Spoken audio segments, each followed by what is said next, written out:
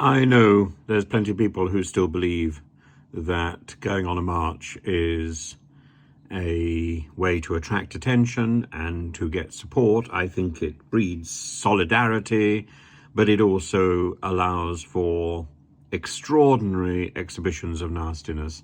You can think, for example, of Vahid Beheshti, the Iranian who had been outside the Foreign Office, camped outside the Foreign Office for nearly a year, 236 days, and was attacked by a pro-Palestinian group of supporters. And I think simply because they thought he was, I don't know what they thought. I don't know what they thought. He had an Israeli flag, and why should he be attacked for having an Israeli flag? The police formed a protective ring around him, and he's not the only person, incidentally, who has been attacked and intimidated by the mob. But that's what the mob does. And my own personal view, and I've put it forward a few times, and people have questioned me, and people have said I'm wrong, and I don't intend to be put off repeating it until somebody gives me a good reason for being that I am wrong.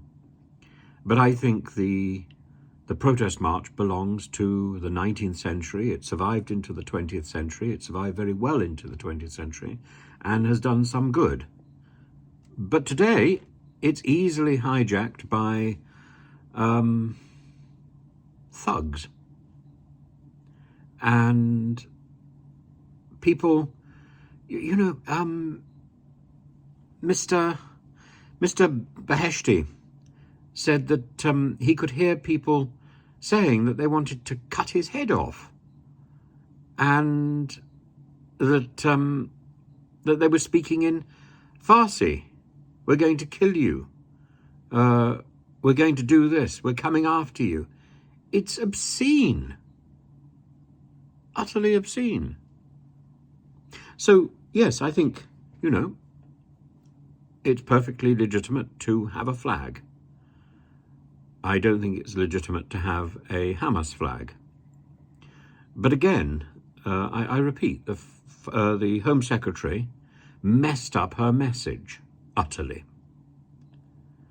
And when you get confused messages from the government, I think that gives a mob more of a license. It feels it has more of a license to do what it wants to do. But it is a mob. And I'm not saying that protest marches can't take place. They can. There was an excellent and very peaceful and good-natured protest outside the BBC by people with a wide variety of flags, including the Iranian flag, including the Israeli flag. And I think there are probably better ways to challenge authority. What we need now is discussion. What we get with the marches is no discussion. We get slogans, which seems, to my mind, to encourage the government and ministers in the government simply to respond in like form by shouting slogans at one another, like "Invader," across the dispatch boxes. We don't have proper discussion. And I'm afraid, I think, marches around the capital give license to people like Suella Braverman.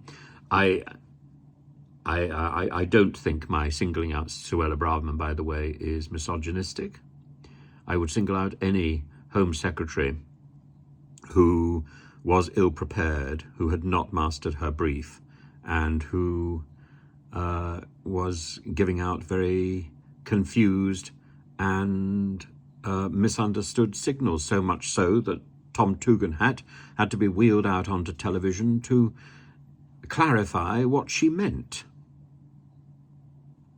That's a nonsensical situation when the Home Secretary cannot explain what she meant herself. No. the Home Secretary is part of the problem. We need to have a government that knows what it's doing. We need to have a government that can send the right signals to different communities. Yes, the Jewish community needs protecting and supporting, and I'm very proud that Rishi Sunak went to a Jewish school. I'm very proud that Humza Yousaf led the way in that in Scotland. I'm very sorry that Rishi Sunak has not yet reached out to the Palestinian community and to Islamic communities across the UK, because they too are hurting. And that is the way forward.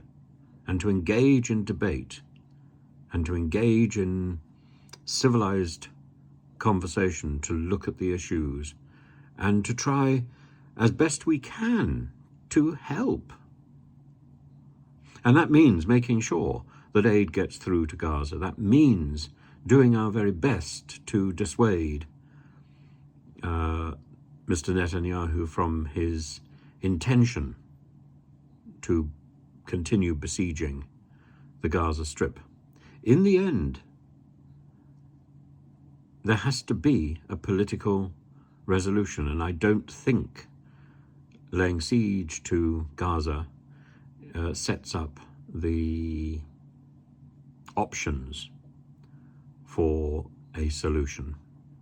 It's going to breed more resentment, more hostility, and more mistrust.